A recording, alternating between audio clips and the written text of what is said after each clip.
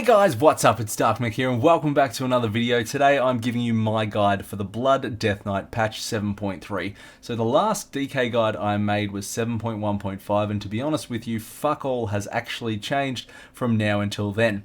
The reason I'm making a 7.3 guide is for new people coming into playing Blood DK, new people coming into Legion, and people coming back for patch 7.3. Generally when you go to YouTube and you look for a guide, you're looking for the most current one, so here we are now.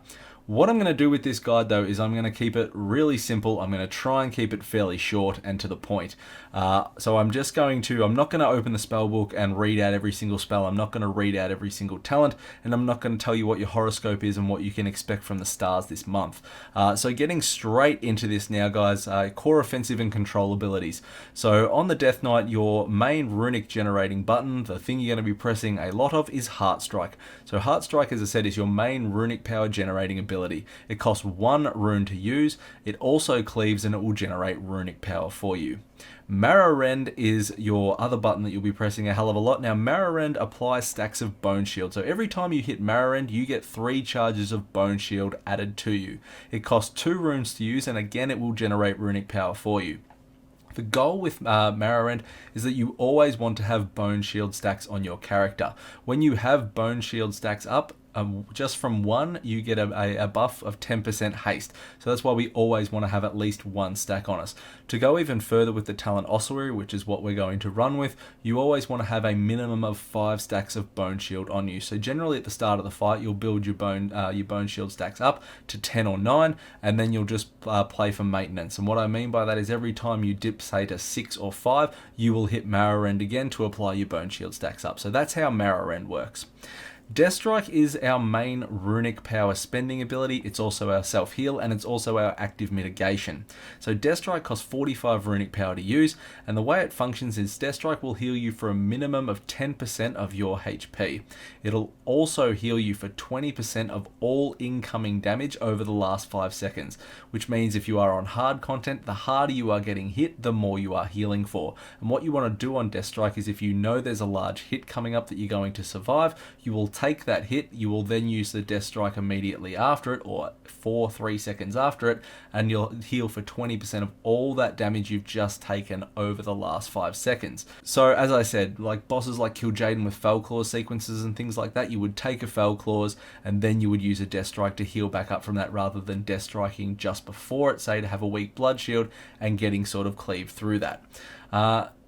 The other thing we'll be using Death Strike for is to avoid capping out on runic power. So there's nothing worse than wasting runic power. If you're at a full runic bar and using Marrow Rends and using Heart Strike, you are just wasting runic power. So if you get to the top, you can use a Death Strike so that you aren't wasting your runic power. So that's how Death Strike functions.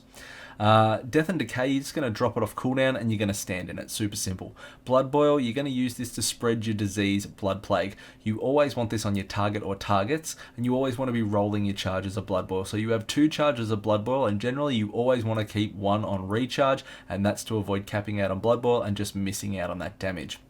Death Grip, you're going to use it to pull enemies to your location. A lot of people don't realize or forget with Death Grip that it also serves as an interrupt, so make sure you're using that. It pulls them off their cast and it will stop that cast, obviously. Asphyxiate is your stun. Gorfine's Grasp again is a mass grip, but again can be used as an interrupt. If there's only 1 target up, select yourself, move away, grip them, it'll grip them off the cast, and again you'll have another interrupt. Dancing Rune Weapon has offensive and defensive capabilities to it. So from a defensive point of view, activating Dancing Rune Weapon gives you 40% parry for 8 seconds. On top of this, if you use Marrow Rend while Dancing Rune Weapon is active, it will double or more the stacks of Bone Shield that get applied to you. So I can run into a boss encounter to start with, I can hit Dancing Rune Weapon, I can hit Marrow Rend, and straight away I'm at 10 stacks of Bone Shield. The offensive side to it is with if Dancing Rune Weapon up, if you use Heart Strike, you'll be generating more runic power than normal. And Blood Boil, if you use it while Dancing Rune Weapons up, is you will apply double Blood Plague diseases to your target or targets, which can be awesome for AoE fights and big damage.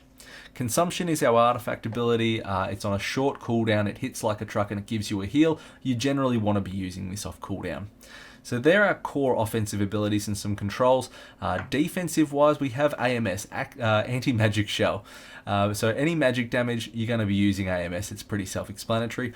Icebound Fortitude is your oh shit button. It's 20% damage reduction for 8 seconds. It's kind of like the Warrior Shield Wall. It's just on a long cooldown, which is the only downside to it. And Vampiric Blood is our IDDQD God mode button, pretty much. So Vampiric Blood gives us 30% extra health for 10 seconds. It also increases all healing we receive and our self-healing by 30% as well.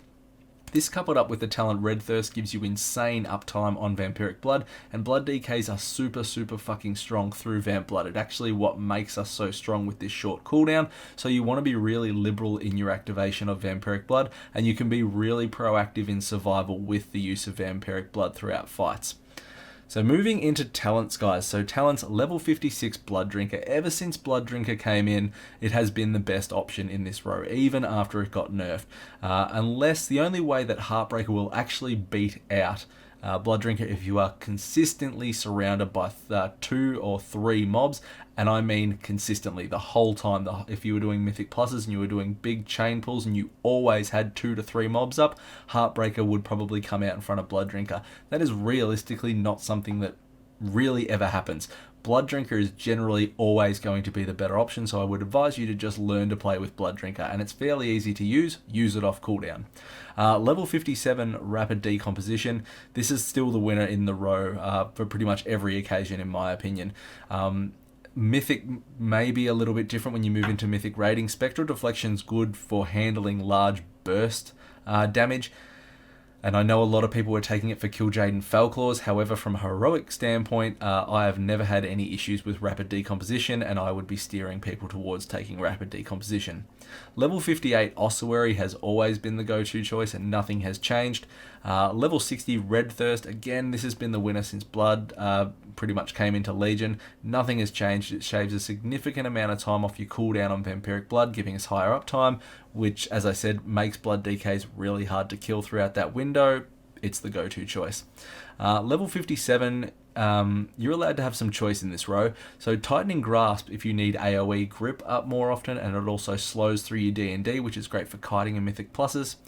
Tremble Before Me is good in the Mage Tower. It also has strong application in Mythic Pluses as an AoE interrupt when it procs, and March of the Damned is generally the raid sort of go-to choice, so it gives us a longer duration on our Wraith Walk. Mobility is a big issue for DK, so this is obviously just a little boost to that. It's still fairly poor, but it's the best choice you have in a raid environment, or even if Mythic Pluses if you're moving through quickly. Level 90 Foul Bulwark is again the best choice here. Rune Tap has its places. In the Mage Tower, it was good for dealing with higher stacks of Aura of Decay and Mind Rends. It had some raid application in certain encounters. There isn't a hell of a lot that really cries out for Rune Tap at the moment, though. So I would generally steer people towards Foul Bulwark. The extra HP you get from that just generally outweighs the need for Rune Tap as such at the moment. Level 100, you've got choice again. So level 100, Bone Storm is pretty much your AoE talent, so Mythic Pluses or raid bosses with lots of ads. Purgatory, if you are doing any progression content, if you're doing anything that can one-shot you, Purgatory is the most consistent talent you can have pretty much, because there's no optimal place to use it. There's no player involvement in it. It's passive. It always behaves in the same function. So Purgatory is a really consistent, solid talent to have. If you know the encounter, if you are outside of getting one shot, Blood Mirror is a far better choice. You can control when you want that damage reduction, and it's also our best use for single target DPS increase. So they're the talents, guys. Moving into the stats now. So stats, generally speaking, item level is always going to come out king in this. There was a lot of argument, a lot of discussion throughout the entirety of Legion about how many item levels do you sacrifice for things. If you had something that had perfect stats on it and got an upgrade that was something that was 5 levels higher and had worse stats on it, like the worst stats, I would keep my better statted item. If as soon as it goes over 5 item levels, I would be advising you to take the higher item level object, or item, sorry, I should say. That's my advice on it, and that's what I've done. So I would go item level, haste, versatility, mastery, crit. And this can be mixed around a little. So generally for survivability, haste, versatility, mastery, crit are the way that you want to go. The balanced sort of viewpoint is item level, haste, versatility, crit, mastery. And if you wanted a DPS build, you'd be going item level, haste, crit, versatility, mastery. So just to give you a rundown on what the stats actually do. So haste will lower the regen time on your runes, which allows you to do more heart strikes, more marrow rends, which will turn into more death strikes. More death strikes will turn into more self-healing, more damage, more blood shields. So its haste is our king stat. Versatility is the same as it is for all tanks. It'll decrease the amount of damage you're going to take. It'll increase your healing and it'll increase your DPS. It's just a really solid stat. Mastery has sort of gotten better as Blood DK has gone on in Legion. It's still fucking shit though compared to what it was in Warlords. So it boosts your attack power and it will boost your blood shield. However, it's just not strong enough in comparison to versatility where you would rate it above it. Crit is just a plain offensive stat. If you're trucking content and you want more damage, go to crit. Crit is the weakest survival stat, but if you want more damage from your tank, you can pick up some crit. So that is pretty much it on the stat frontier, guys. So moving into sort of what buttons do you press, I already spoke about how we use Marrow Rend in regards to we always want to have stacks of Bone Shield. We generally will build them up at the start, and then we want to maintain 5. We want to always make sure we don't drop below 5 stacks of Bone Shield. So a rotation or an opener, if you're completely new to this, you take your pre-pot. So if you had Prolonged Power, which is the cheaper option. If you want more damage, you'd be taking Potion of Old War. But you would pre-pot, you would use Dark Command, which is the taunt. As the boss is running to you, you would use Blood Drinker while it's running to get that channel out. You'd drop your Death and Decay and you'd stand in it. You'd activate Dancing Rune Weapon. You'd hit Marrow Rend once to get your 10 stacks of Bone Shield. You'd Blood Boil to apply your diseases. You'd hit Consumption, which is your artifact ability. You'd then start Heart Striking to build up Runic Power. You would Death Strike when you need a heal or to avoid capping out on Runic Power.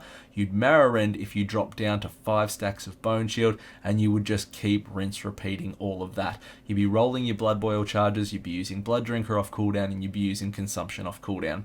So that's the simple version of it. Blood DK isn't really too complex to play once you get your head around it. And yeah, hopefully that helps you out. So moving into Legendaries now. So there's posts every single week on the DK forums about what Legendary should I use, what's the best, yada yada. I'm not going to go through every single Legendary. I'm going to give you my top 3 right now. So the top 3 are the shoulders, the braces, and the belt, and that probably comes as no surprise. So the shoulders will give you additional damage and healing from your Death Strike. The braces will refund you Runic Power off Death Strike, and the belt will allow you higher uptime on Vampiric Blood. So they're the best 3, hands down. As to what you use, you will always use the shoulders. If you get the shoulders, they never leave that slot. You will always have the shoulders equipped. In regards to tossing up between belt and braces, if you are in a fight where you need higher Vampiric Blood uptime, your healers are struggling or you're struggling to survive, you'll be wearing the belt for that higher Vampiric Blood uptime. Remember how great we are through it. The more of that, the better it is obviously to progress. If you are beyond that, if you have really solid healers, then you can go with the braces. So you can run your shoulders and braces option then if you do not need the higher Vampiric Blood uptime. So it's pretty simple in regards to when choosing which ones to wear. Outside of those 3, the Soul of the Death Lord, which was the new ring that was added in 7.2, I think it was 7.2. Yeah, it was. I'm going with that. Allows us to have Foul Bulwark and Rune Tap as the same talents, on the same line, which gives us Rune Tap back as baseline, basically makes us feel like a Warlord DK again. It's a really solid option. Again, it just makes Rune Tap baseline, so you've got more control over your damage incoming damage, but it doesn't still outrank the other 3. Soulflayer's Corruption, which was the new chest piece that was added. This is really good for Mythic Plus and anything that's got 2 to 3 plus targets in it consistently. But again, you need to make sure that you have 2 to 3 plus targets consistently on you to get the most value out of this. So things like Desolate Host or Hajatan it would be fairly good on. Same with low level Mythic Pluses where you are pulling a lot, or in high levels where you are doing big packs, it would certainly come into handy. But anything where you spend a lot of one-on-one time, it's going to lose its value. Archimonde's Hatred Reborn is an interesting one. This is based off max percentage HP, so at the time of its activation. So if you can time this with a really high Soul Drinker and a really an Event Blood, you can actually get a decent shield and burst out of this. The Cloak, the Arcurus Drapes, is great for Necrotic Week, and then it goes back in your bank. And Sephir's Secret is really solid for Mythic Pluses. It gives us a speed boost. Haste is our king stat, but outside of Mythic Plus, it's basically useless.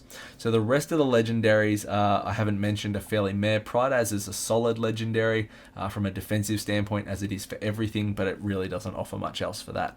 Finishing up with the artifact, and I'm not going to show you the trait path to follow down as with artifact knowledge. Now, one token will pretty much get you to concordance, so I'm not going to bother sort of wasting time with that. General rule of thumb with artifact relics, guys, is to take the highest item level. You're generally going to get more of a boost via the raw stats on your weapon than you are with traits. However, if it is a absolute rubbish trait, it's generally worth sacrificing maybe 5 item levels for. General rule of thumb at the moment is best defensive relics are Carrion Feast and Vampiric Fangs. And you could probably say Ironheart may fit in there. Offensive relics, Vein Render, All-Consuming Rot, and Bonebreaker are the best. This is all pre-Netherlight Crucible. So Netherlight Crucible actually drops tomorrow. And when this becomes available, now I haven't had a great deal of playing around with the Netherlight Crucible. So this is all kind of speculation and reading and things like that from my point at the moment. But in terms of tier 2 traits on the Netherlight Crucible, with the light traits, light speed looks pretty good. It's a haste increase and a movement speed increase. Secure in the light will deal holy damage and grant you an absorption shield. The other one that looks interesting is Infusion of Light, which is just a chance for extra damage and healing. From the Void side of things on the tier 2 traits, Murderous Intent is an increase to our Versatility while Concordance is active. Shadowblind is again another damage and healing boost. And Chaotic Darkness again looks interesting and again is just a damage and healing boost. Moving into tier 3, Carrion Feast is just going to boost your Death Strike again. Vein Render is going to be a popular one with the increased damage to Heart Strike. And AoE, Coagulopathy, again would have good value in Mythic Plus, but without having a real play with the Netherlight Crucible and actually progressing through it all the way myself and all that kind of stuff, it's just food for thought at the moment. So if I need to make a guide to check back on that, I will. But they are kind of the just having a look before I made this video. They're really the picks, the traits that sort of stand out through that for me. So that's it, guys. Hopefully I've covered off everything. If you have any questions at all, hit me up in the comments and I'll do my best to help you out. Thanks very much for taking the time to check out the video, guys. Like, comment, subscribe, and I'll see you all next time. See you guys.